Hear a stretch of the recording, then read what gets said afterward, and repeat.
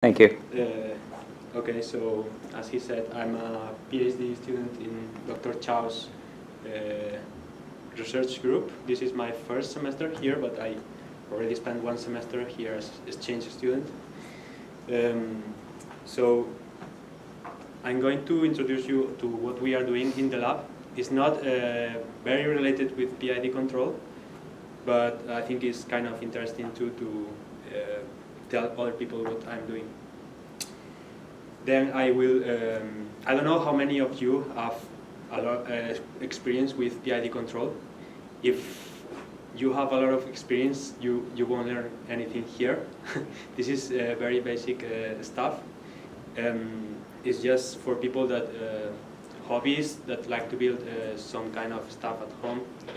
And yeah, so I will introduce you what is actually control engineering. Then I will talk a little bit about PID control theory, why it's important to use, why it's one of the most used controllers used in industry and in robotics and research. How to implement a PID controller in a microcontroller or in any kind of PC. And then I will run some simulations to help you assimilate some of the concepts that I will explain. So this is our research group. We are about 10 people, more or less. 1 postdoc, 6 PhD students, and some master students. We basically are working in energy management systems. So our main projects are cooperative distributed energy management for microgrids and planning and schedule devices in an economic way. We also have another research line that is the intelligent battery monitoring system that is very tight with energy management nowadays because, as you know, batteries are starting to rise and be a trend. And we also work in cybersecurity for those algorithms that we develop in order to prevent any failure that could be catastrophic. So we also have some different testbeds to test all these algorithms. Some of them use PID control. I will go through those platforms and why do we use PID control.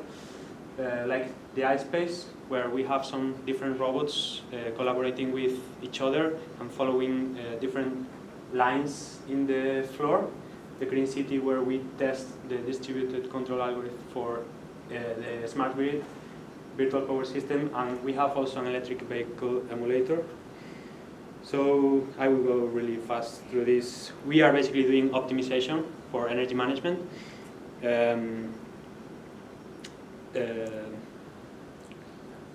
Also, since these algorithms are fully distributed, they are different networked processors cooperating with each other in a networked environment. So we need protection against cyber attacks. So we are also developing that kind of protection.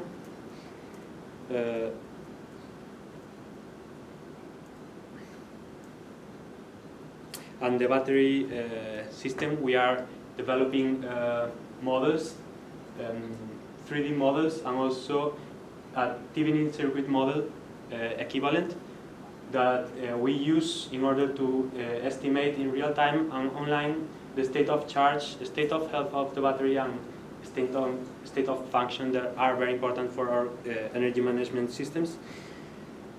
So this is the iSpace testbed. As you can see, some robots following the lines. I will talk about that, how we control those robots. And this is other testbed that we have. The bottom is the EV emulator. We have also electric vehicle range estimation algorithm, so we test all those algorithms in those platforms. So Yeah. So I guess many of you, I don't know how many, know what is control engineering. So in control engineering, what we are trying to do is to design systems that work as we want to do, as we want them to do. So there are several types of control systems. The main and easier one would be the open loop control system, where we have a process that we want to control, and we want that process to behave as a certain manner. So we exactly tell the actuator, we tell them that reference. However, since we don't know the result of that action, those systems tend to be very unstable, and they are not used in real applications. One example could be turning on or turning off the lights. We apply an actuation, but we don't actually know if it works or not. So real systems, what they use is control or closed loop approach, where we have a desired output response, we have a controller, and we have a process that we want to control, but also we add some feedback to the system, so we know actually the deviation from what we want and what is happening. So kind of an example could be that we want to maintain the car speed on the road, but when the terrain is plain, so we always press the pedal gas the same with the same intensity or the same angle. The pedal gas is always in the same angle. However, if we start to go downhill, that angle is not enough to keep the speed of the car. So therefore, we need kind of feedback that tell us that this angle position is not enough to keep the car's speed. So we need to apply more gas in order to keep the speed. So that's kind of the concept of closed loop control. And then we have multivariate control systems that basically is the same as closed loop, but with many more variables to control. And what is PID control is one kind of closed loop control system that we will discuss now how it works. So I'm going to show you a video on what we have in our lab.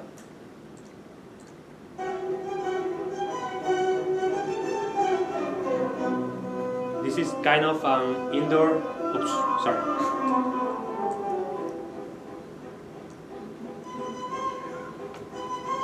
We have a kind of indoor GPS system.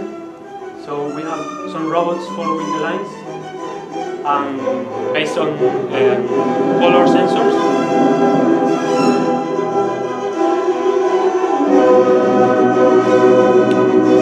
And we use PID control in order to keep the robots in the line.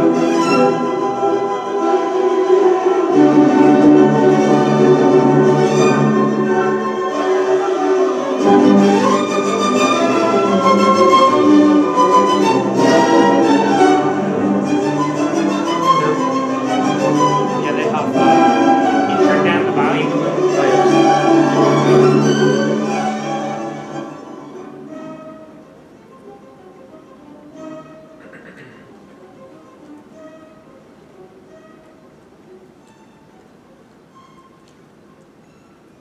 Yeah, we have avoidance collision that we use an ultrasonic sensor to measure the distance to the car that is ahead in order to avoid that collision. We use also the ultrasonic sensor to keep the robots driving at the same distance one from each other, like a platoon. There we have a PID control in order to do that. Yeah, that's it.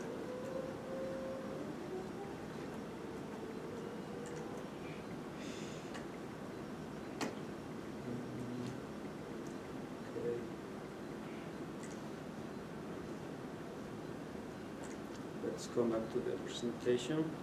So, like the video I present is kind of the same concept.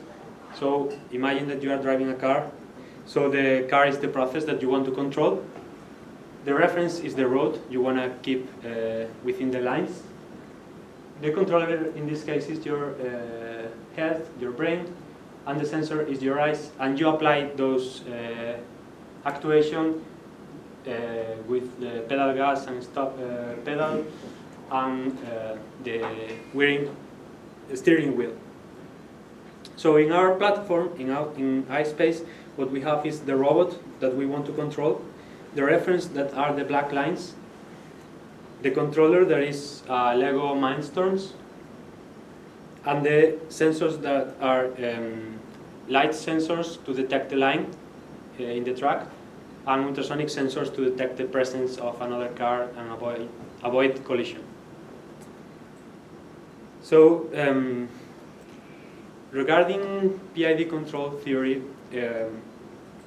so what we use, as I said before, we have a reference, we have a feedback, and what we used in the controller is the actual error signal, that is the difference between the set point or reference that we have and the feedback from the sensors.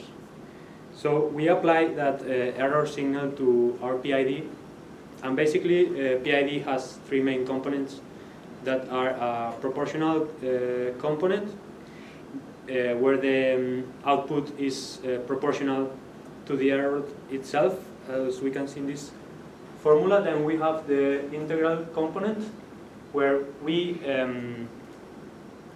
integrate the error between different time steps, and we have a derivative component defined as the variance, the variation of the error between two consecutive time steps. This is the continuous function, but in order to implement that in a microcontroller, we need to have a discrete transformation of this equation. So how the proportional component affect to the system? So as we can see here, we have the set point, the error signal that is applied to each of one of these components, and the sum of all these components is applied to the process. So the proportional, what it does reduce the rising time. Like the rising time is the time that it goes from 0 to follow the reference that we are giving. So as we can see here, we are keeping the other constants, like integral and derivative constants are constant in this example. We have the reference here, that is this blue line, and when we apply a change in the reference, the PID will make the system follow that reference. So depending on the constants, the gains of the PID, the response will be different. So in this case, the integral and derivative gains are constant, so we only vary the proportional component. So as we see, the smallest one, the line that has the smallest proportional gain is the red one. So when this constant is small, the system takes more time to achieve the reference, the set point. However, if we increase, we arrive closer, but we arrive to the reference in less time, but we have much more oscillation. At the end, the proportional is able to arrive close to the reference, but is not able to eliminate completely the steady state error. That is the error when this oscillation is stabilized, is the error between the actual signal and the reference. So with a proportional component, we are not able to eliminate that error. Can I ask what the error is? Is it trying to keep the line centered, or is it speed? What is it? It's whatever thing you want to control. Imagine like the speed. You can take. This is a general concept. What you use in the robot, though? I'm just curious. In the robot is a value of voltage of the light. So if in the robots that we have, you have a black line, and you have here white and white. So we have 3 different sensors. So based on the value that those light sensors get, they know that they are in the center, or they are going left, or they are going right, and we are able to keep the robot following the line. Okay. Because the light reflected by the black color is much less than the light reflected by the white color. Yeah, so that's the effect of the proportional component. The integral component, what it does is eliminates the steady state error. Like if we only have proportional, we can go like this. Oscillates, but then here it goes like this. It doesn't go here. The integral component, what it does is eliminate this error, and it make it go here. And as we can see, if we increase the integral gain of our PID control, what it does is go faster to the. Eliminate faster the error, but as it increases, it overshoots, and in some systems that could be bad because you might be forcing the system. These look very similar to the proportional ones. Are they in phase? Or No. Here they have. the red line might be a little bit. Yeah, I will show you. I have a simulation here, okay, so we can see what it happens when you change one parameter or you change the other. But here, the other parameters are not 0, so they are also counting on that effect. You know, here what we can see is the effect of varying the integral, but the others are not 0 either. So. Their effect is being applied here too. Yeah, and as I said, the integral, what it does is create more overshooting, and what is a worse transient response. Finally, the derivative, what it does is increase the speed of the response and the stability. It reduces the overshoot created by the integral, and it make it go faster. If we increase too much the derivative, it can also make the system oscillate too much and not converge. So basically, this is kind of a table that says what happens if you apply more or less of one type of gain. So I don't know if you are familiar with this thing. Like we define the rise time of the response as the time that it takes to go from, if we apply the change here, we apply a change in the reference here, is the time that it takes the PID to go from the current state to, I think it's Sometimes it's defined in a different way, but it's around 90% of the reference. So the peak time is, this is called the overshoot, because it goes much more of what you actually want. And as I said before, this is the state error, the steady state error. When the PID converges, it continues in the same value unless there is a disturbance or something. This is called the steady state error.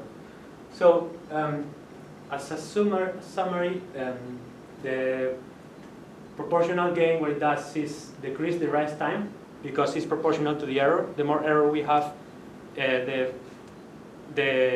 higher is the output. It increases the overshoot as well. The settling time is kind of, I test before, and the settling time is more or less the same as with integral gain, and the steady state error decrease, of course, but it cannot go to zero. It always will have some kind of error at the end, like in this case. However, the integral gain eliminate this steady state error. This is the main advantage of using the integral component.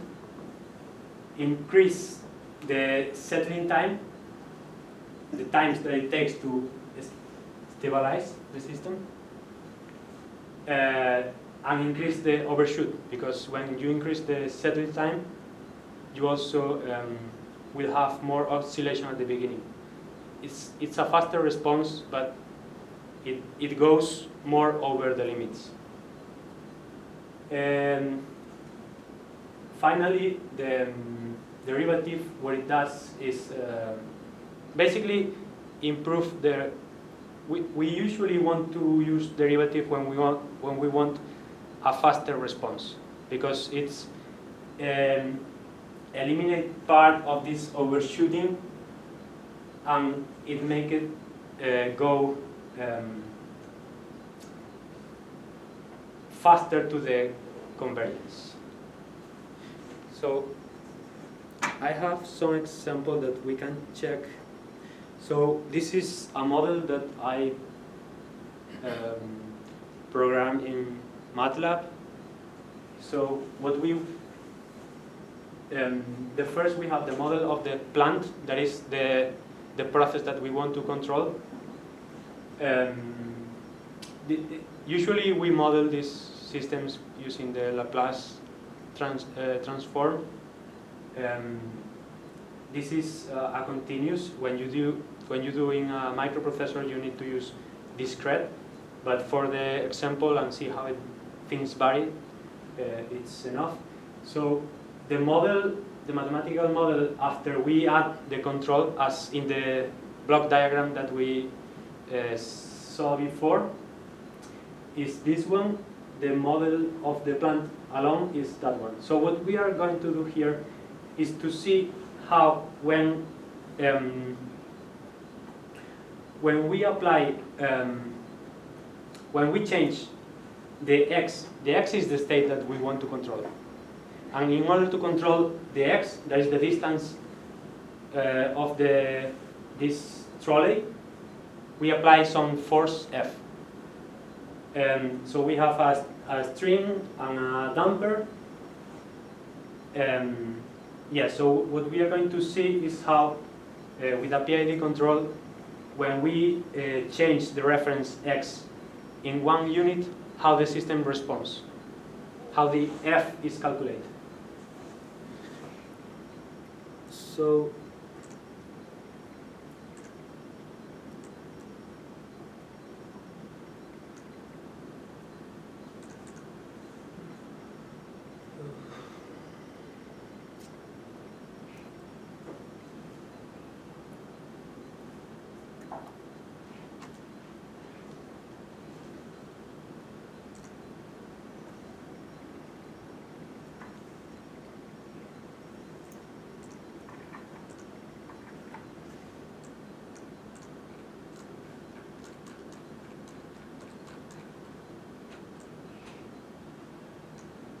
Okay, so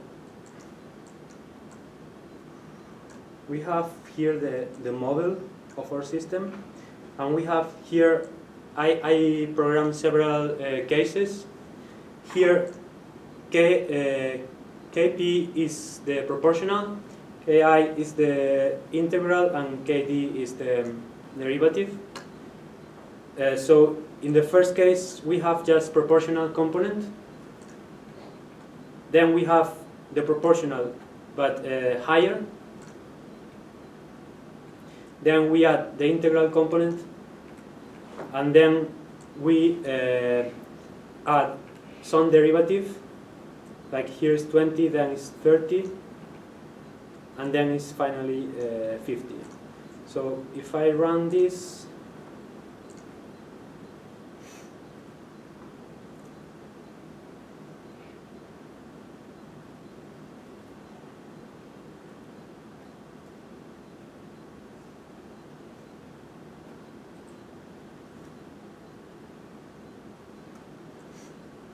taking a while.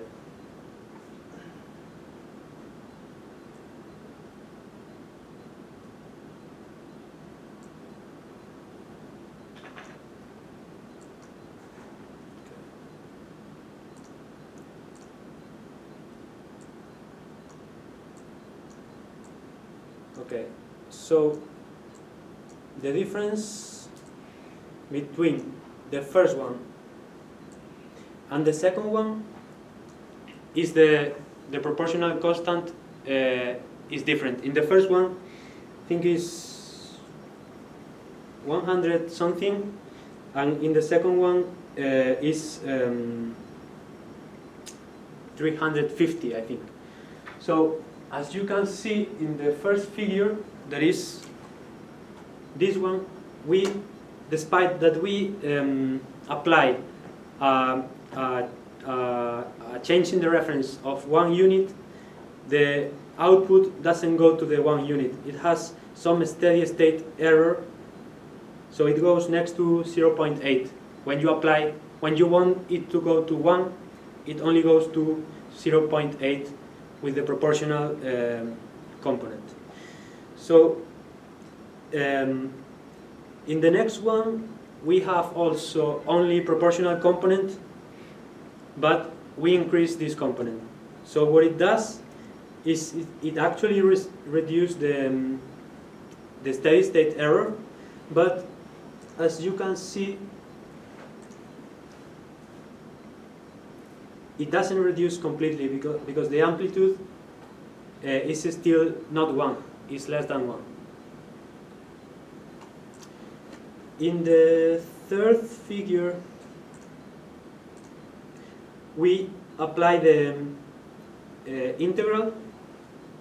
So what the integral does is actually correct the steady state error, and it makes the system goes next to 1.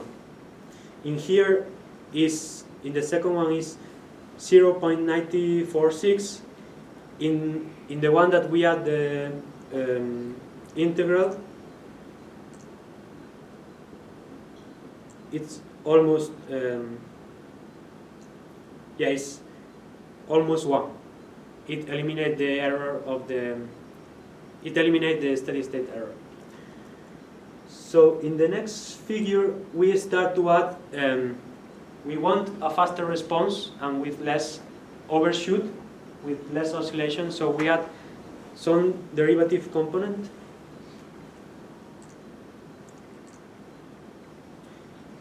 So you can compare when we add the derivative component what happens. The system reaches the settling time faster and with less overshoot. As you can see here, we don't have this oscillation. However, we still have some oscillation. In some systems, we don't want to have this oscillation because it can make, you don't want to apply sometimes more force or more another magnitude because maybe you are crashing the system. So in order to reduce this overshoot, we increase the derivative component.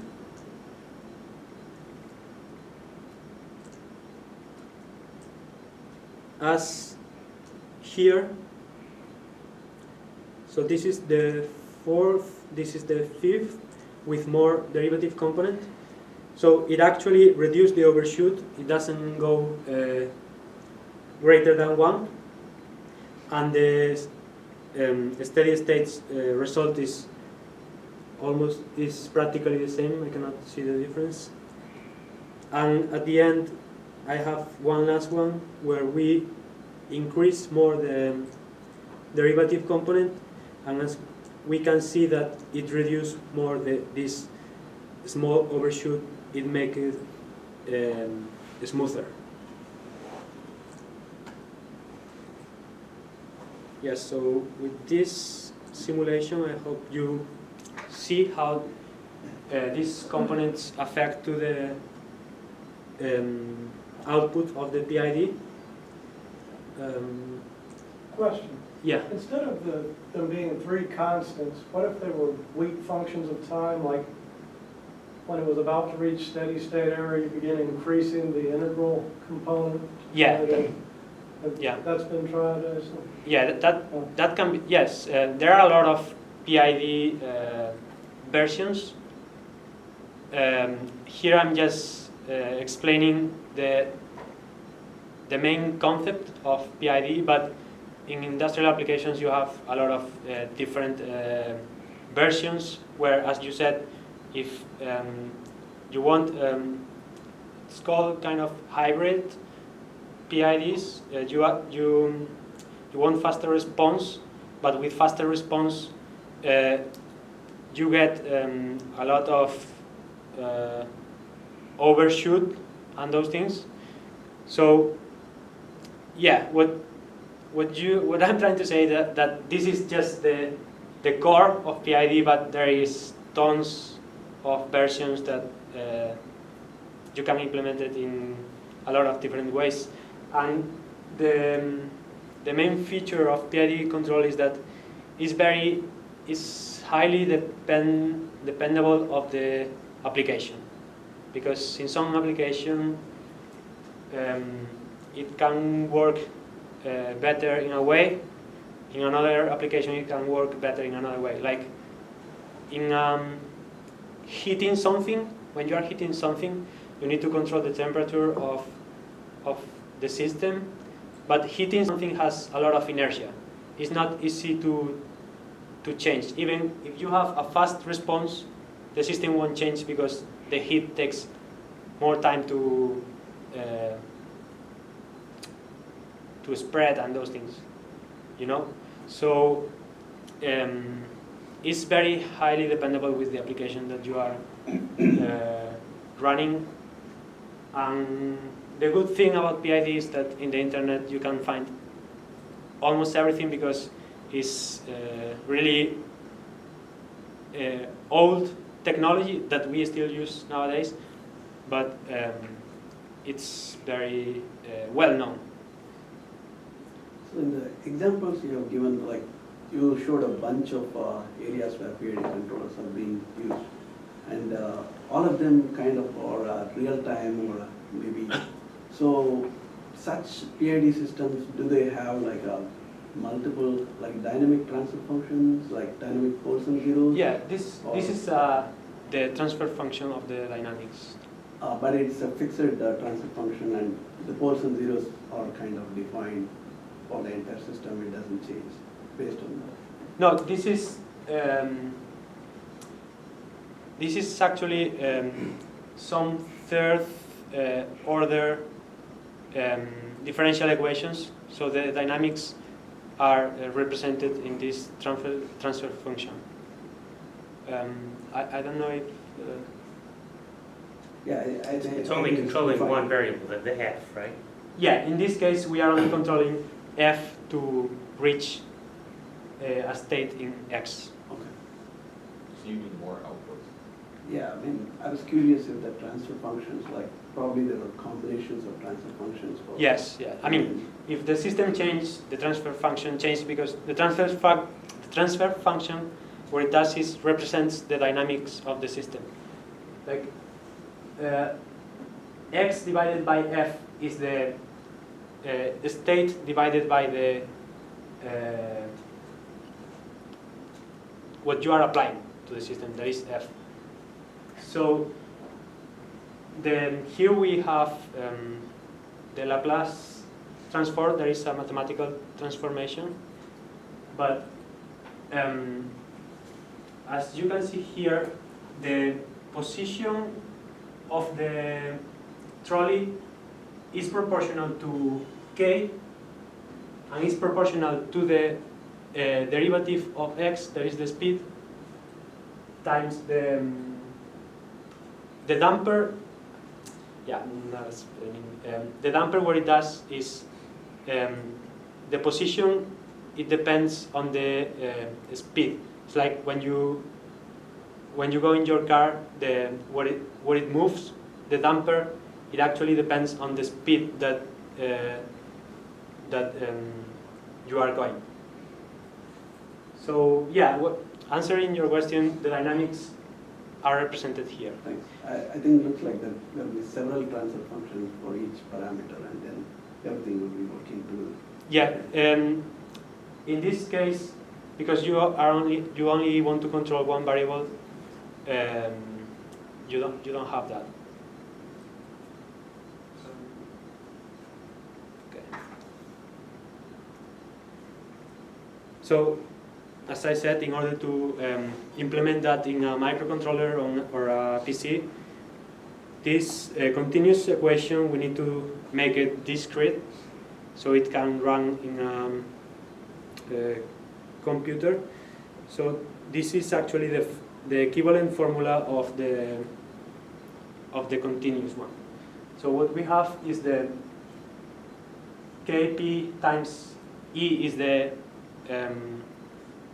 proportional component, and then we have that the integration is in discrete time is a sum of different values over time. So the integration is the sum of the error times the sampling period that we are using. The sampling period is the period we are using to update the parameter, the PID control. And the last one is the derivative that we are applying a signal that is proportional to the difference between the current error and the error in the previous iteration or time step. So this is this is the formula that how we translate the continuous equation to the discrete time in order to be implemented in a microcontroller. So as I said, there are a lot of PID versions, like very highly dependable with the application. This is the main one, and they are all derived from here.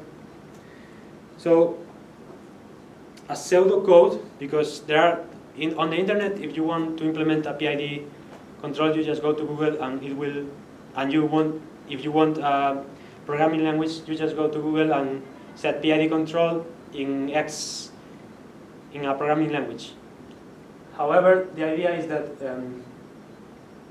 in a general manner, what we have is that we want to initialize some variables that we are going to use, and every sampling time, like every second or every 2 seconds, that depends on the application that we are running. As I said, it's not the same controlling the speed of the car that controlling the temperature of a chamber. The temperature of a chamber changes slower, slower than the speed of the car. So the speed of the car, a PID control for the speed of the car has to have a sampling time much slower. That means has to be more frequent, the control. However, in the temperature chamber, you don't need to change the command fast. So this is actually the implementation of a simple PID control. What you do is first you read the what your sensors are saying. Like if in the case of temperature, you read from the sensor, and you get the error. There is the set point minus what your sensor is saying. And so let's say that you want to set the chamber at 80 Fahrenheit, and your sensor says that it's 70. So the error will be 10 Fahrenheit. So that's what you apply in the PID components. This is how they are calculated. The integral component is the previous one plus the error and the sampling time. The derivative is calculated as the error right now minus the error in the previous iteration divided by the sampling time, and the PID output will be as we said before, the error times the proportional, and Ki times the integral plus Kd times the derivative component, and we apply that to the output. So is it correct that the derivative term is negative as you get close? The value that the derivative term applies is a negative value as you get closer to desired point because the error is getting smaller? The current error is less than the previous error, so it's a negative term? Is that Yes, okay, great. but yeah. So essentially, it's sort of damping it. Okay? So right. What it does? The speed at which you're getting to the point. Yes. Okay. Trying to reduce that. Like if it changes a lot, what it's trying to reduce is the slope of changing. Right. Okay. Yeah, and a very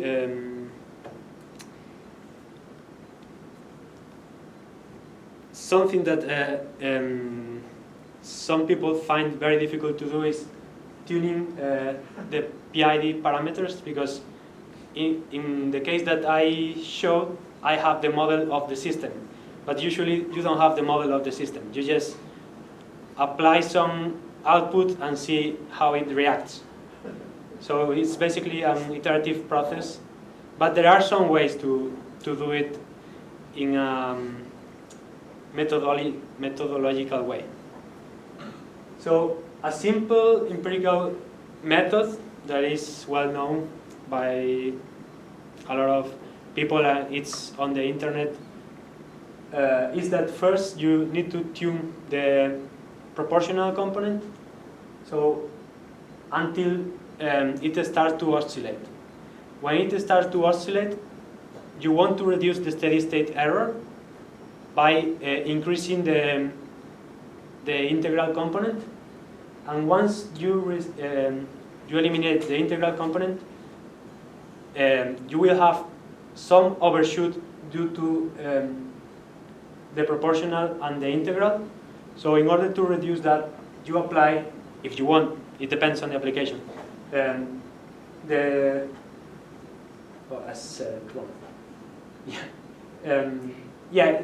think it's both 2 or 3 can be interchanged.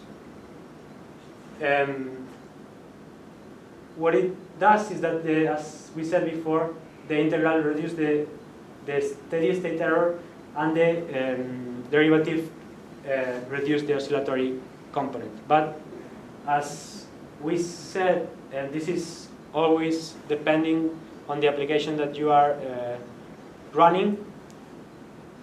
So sometimes you want faster response. You don't care about the overshoot, but another times you don't want allow the system to overshoot. So the convergence will take much more time. So you need to achieve a trade-off between settling time and overshooting.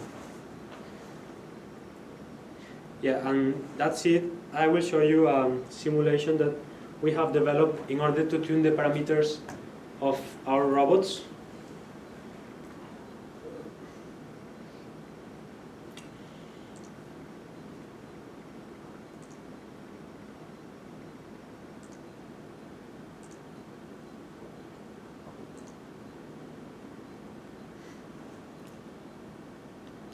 So this is an application that we developed in our lab to tune the parameters of the robots that we have seen before. So now it's trying to load the application.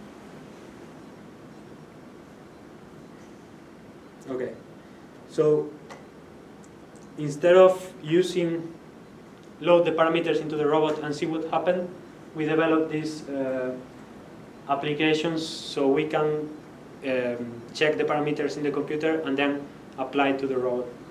So if we do like one,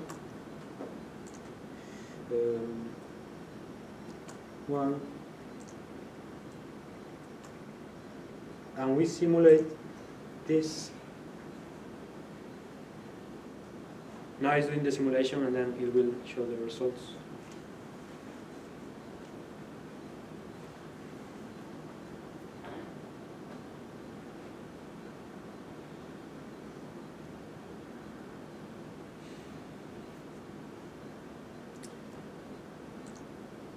So with this PID gains, what we are seeing is the robot is here, is exiting the charging station.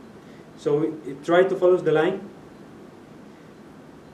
but with these values, it's not able to do it. Oh yes, with these values, it's able. I forgot which ones are the real ones. So yeah, what it's doing is trying to follow this line. However, if I change this to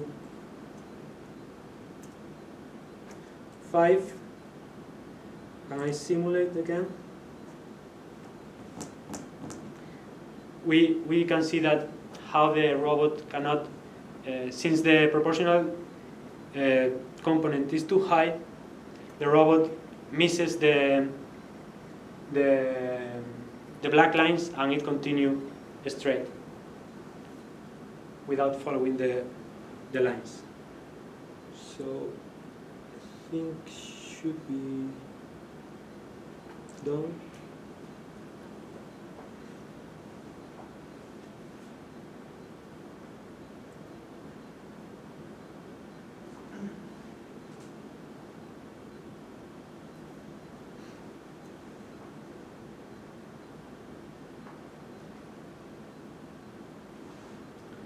No, it's actually the same as before. Didn't finish the simulation.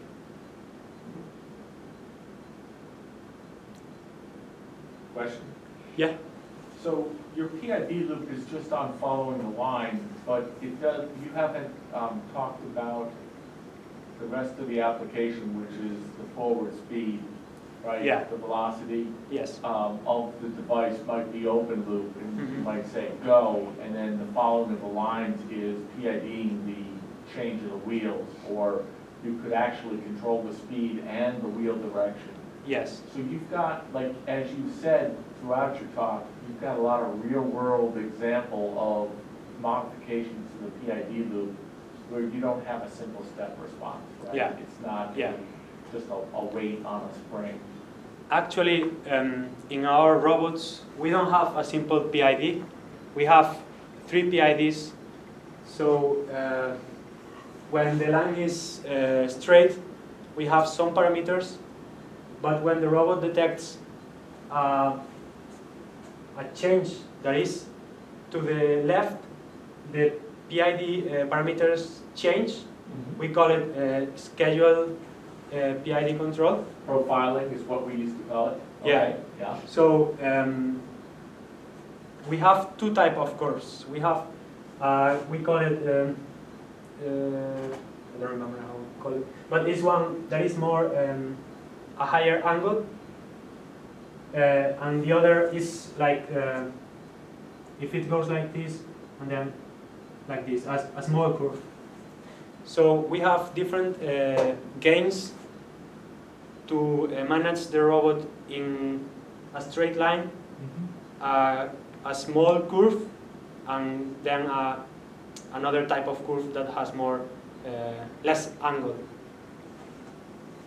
When this gentleman was talking about a function of time for controlling your PID parameters, Oh yeah.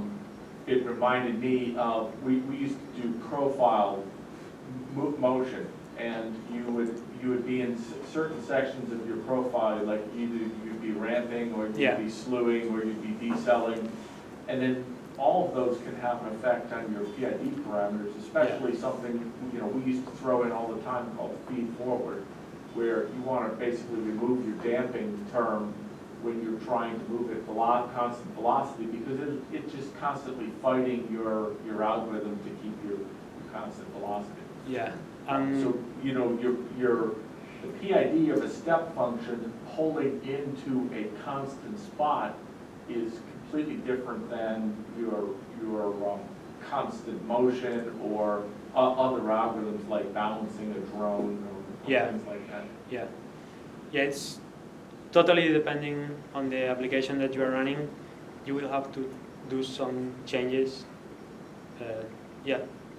What is the basic approach where, say you're controlling velocity, like your early example of driving a car where you have an accelerator pedal, you have a brake pedal. The accelerator's effect on increasing the velocity is very different in terms of the relationship to the motion and lag and so on versus the brake pedal. How do you handle that? One is increasing the velocity, one is decreasing it. How do you combine that into? So for that, what you have is two PID. Probably you will have two PIDs. Control, one from to accelerate, the other to brake, and what it tells you how much you need to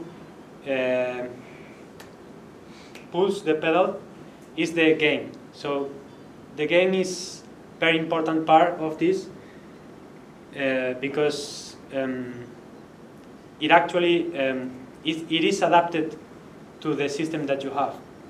So if you will have different sensibilities in the brake pedal and in the acceleration pedal, you will have different gains for the different PIDs loops. Does it boil down to a simple, for example, in your example where there was the error between the set point and the measured value?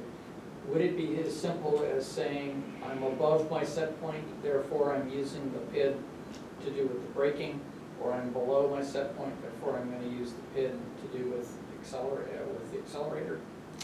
And I'm thinking actually more in a heating, cooling situation where you have something that increases and something that decreases. Is it strictly a function of whether you're above or below the set point, forgetting dead zones for a minute? Yeah, actually, what you are saying is just proportional control, because you are saying if it's up. I'm trying to decide the mechanics or the logistics of how you apply the two PIDs depending on what you've measured. Yeah. It seems like. So you probably have a third PID that decides which of the two to do. Got it. So you also talked about What about a fourth PID to decide whether or not the whole thing is working? something like multivariate control. You talked about multivariate control. Does it also? I mean, that seems to be a case where more than one variable. You can say that is multivariate, or actually they are different independent loops. You know what I was saying about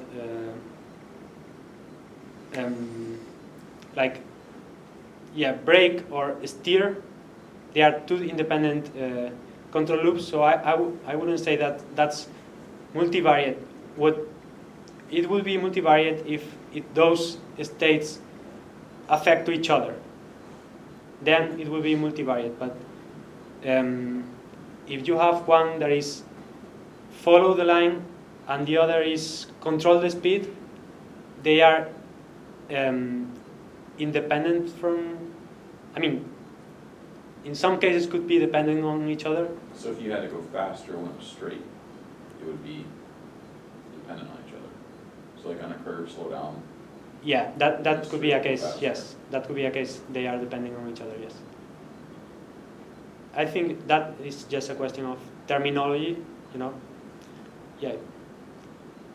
I noticed your implementation, when you were talking about a true microcontroller implementation of this, and you talked about dividing by sampling time, which is in a microprocessor typically not done. You just assume that that's the constant unity rate and you gain appropriately, so you're dividing by 1 all the time. But one of the things that we used to do is take a larger difference in the number of steps. We'd keep a history of the errors, and we would take a larger and then shift by a binary divisor so that it was efficient in a microprocessor, Yeah. and thus giving you a averaged difference signal instead of a step difference signal. And that's especially important in, you know, profile moves where you're not a single step response. Have you talked or thought about talking about some of the implementation details of the PID in terms of real-world microprocessor control? No, I don't have anything planned Okay. on that. Yeah, I'm sure you've gone through that in your robotics. What are you using? Fixed point math in your robots microcontroller, or are you actually- using floating point, or? Actually, what we are using is it's an ARM7 processor, so it has floating point units, so we don't have any kind of Okay. problems with calculations. Sure. So I'm confused about this idea of having 2 PIDs if you're controlling the speed. If you're steering, you would only have 1 PID, right? Yeah, If you're left, then you turn this way. If you're right, you turn this way.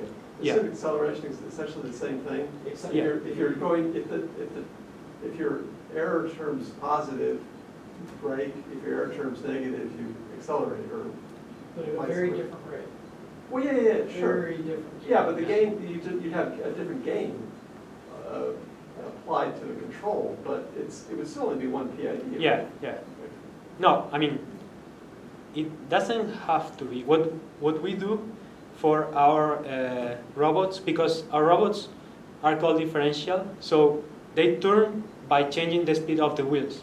But other robots, they could have a steering wheel, so you have, in our case, we control the speed of the wheels with the PID. So we have 1 PID for left wheel, we have 1 PID for the right wheel. But if you have a steering wheel, then the control of the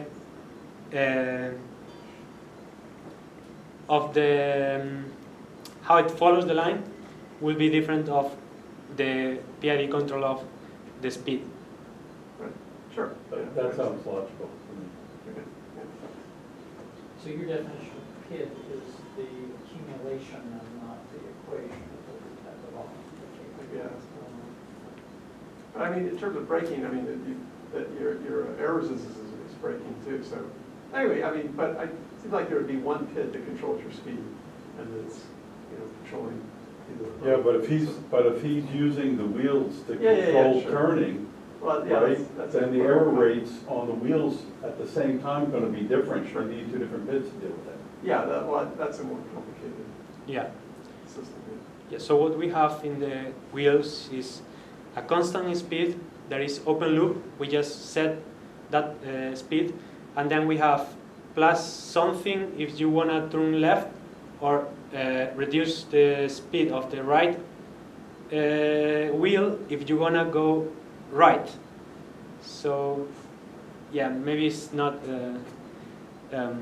easy to explain without drawing anything, but yeah, that's the Did idea. you also compute what we call feed forward, where you say, on detecting a curve, and I know in general, straight, like you said, straightaway was different proportional gains, or different PID gains than into a curve, because you know you need to slow down in the curve because of the inertia of the device itself, right? The car, the robot itself, or if it was a car, is going to have a tendency, G-forces are going to pull it out of the curve that it's trying to get into, right? Yeah. So you might want to slow, basically, everybody slows down for going into a curve. In our system, we don't have that problem of inertia because it's very small robots. Sure. We just do that. It's kind of optimizing and make it go as fast as it can. That's why we change the gains during the curve. It's what you said. We identify that we have a curve, and we change the gains of the PID control to adapt to that curve. But those gains are defined by test and error. You know, you put the robot there, you see how it responds, and based on that, you modify one constant or you modify the other. So the Lego Mindstorm robots, the voltage applied to the wheels, to the motors, okay, is whatever's coming out of the battery pack. And as the battery pack drains, the voltage changes. Yeah, And that's the in my problem experience, of open loop. all of the constants for your PID also are voltage dependent. Yeah. Do you do anything No, to we monitor the don't. voltage, or we do you always use fresh batteries, or?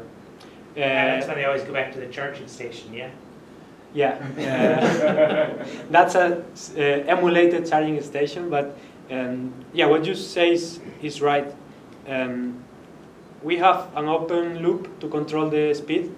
We just tell the robot to.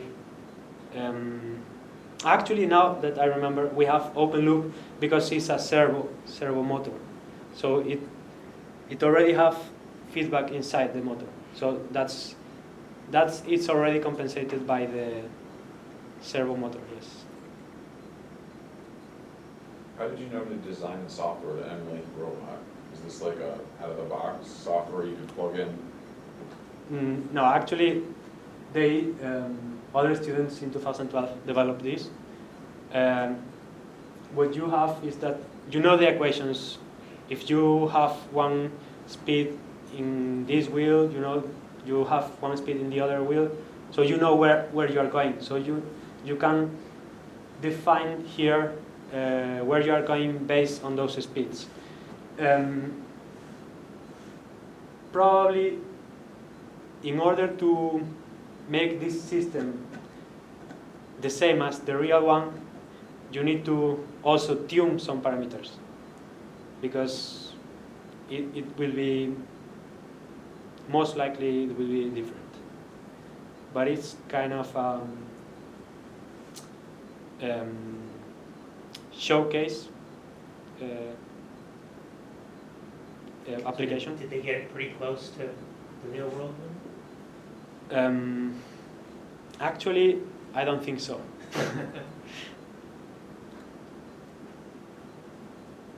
But I don't know. So it just uses the equation and like the motor? Yeah, that kind of this is, information.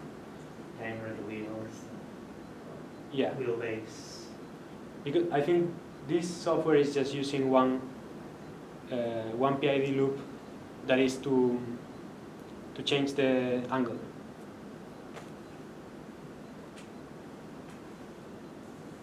Yeah, I know that some implementations, if you change the set point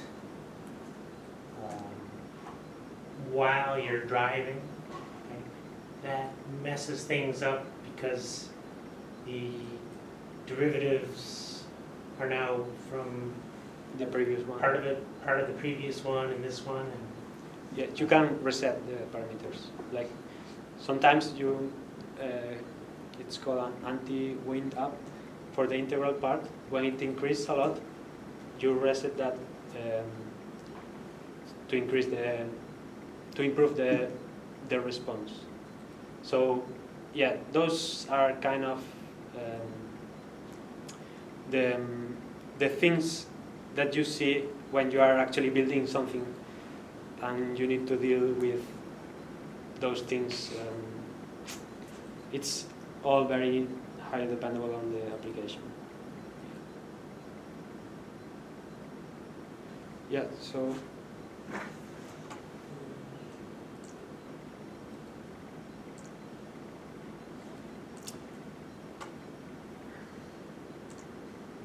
yeah, to recap, this is what I've been saying for those. The best way to learn how it's done is by doing it.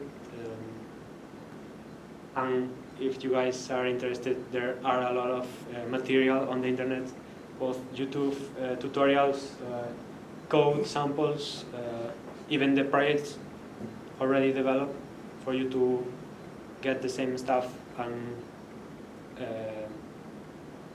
do what other people have done. It's a good way to learn. So, yeah.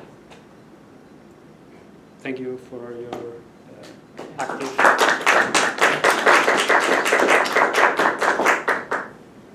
Yeah, you have any questions? Is there any reference book you suggest other than the web? I think what is the application you are thinking? Robotics maybe, or that Robotics? you have used, Yeah, I think the web is full of material that will help you learn. So yeah, the books that I know, they are theoretical, and it won't help you on any real application. I think the one thing I learned is that you need to have your proportional constant large enough that it oscillates. I remember when I was doing some tuning, I was trying to avoid any oscillation, right? But you've got to have some oscillation so that the other parameters can kick in and do their part. Yeah, that's why in the empirical method, to tune those parameters, Right, you start with that till it oscillates. Until it oscillates, and then you start to adding more value to the other components to decrease the steady state error and decrease the overshooting and oscillation. So, thank you for coming.